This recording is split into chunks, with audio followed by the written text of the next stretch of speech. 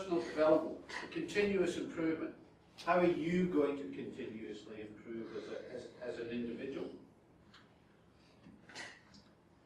I love that quotation. Lots of people go to universities, get PhDs, master's degrees, whatever, highly, highly educated, and then they stop learning. The challenge in the world today is we're all faced with continuous learning. I study something new every week. In a world of change, the learners shall inherit the earth. The people who are continuing to learn, while the learned, they're the people who stop learning, they're perfectly suitable for the world that doesn't exist. Because the world's changing every day, faster and faster and faster. So you've got to keep learning. That's how you get continuous improvement. I have a whole lot of skills now that I didn't have when I was a CEO, which allows me to stand here and do this with you. So I'm still learning, and I still have a thirst for learning. And I'm curious. Yeah, I get interested in all sorts of things. So try and be curious. Eric Hoffer. Now here's the model, done by an organisation called the Career Architects. And basically what they're saying is, in your personal development, 70% of it comes from on-the-job experience. Through collaboration with other people in the office, through your manager giving you the feedback on your performance, by you asking questions, etc. 70% of your ongoing development comes on the job. So if you keep looking to get better and better at what you do, not only will your knowledge about that job go up, but it then positions you to do other things. 20% comes from social learning, from peers, having a coach, like I'm John's business coach, and mentoring.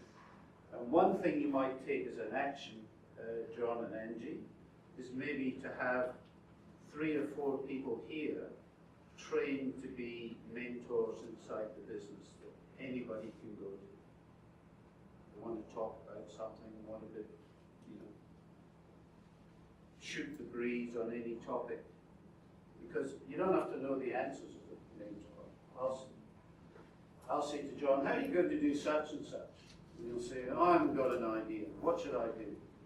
And I'll just say, if you did have an idea, John, what might it be? So coaches don't tell you the answer.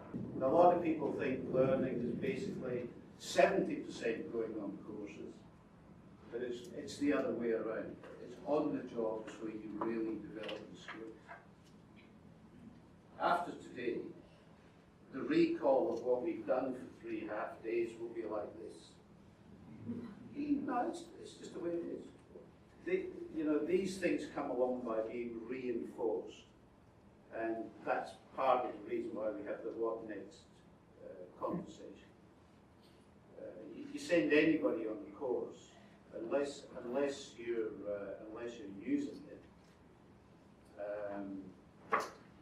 you soon forget it. I lived in Belgium for about a year, and studied French at school for 6 years, and I lived in Belgium for years. So by the time I left Belgium, I was very fluent in French.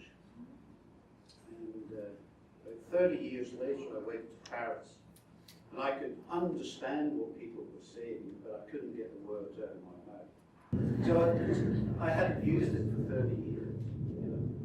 So you do need the practice to reinforce your learning.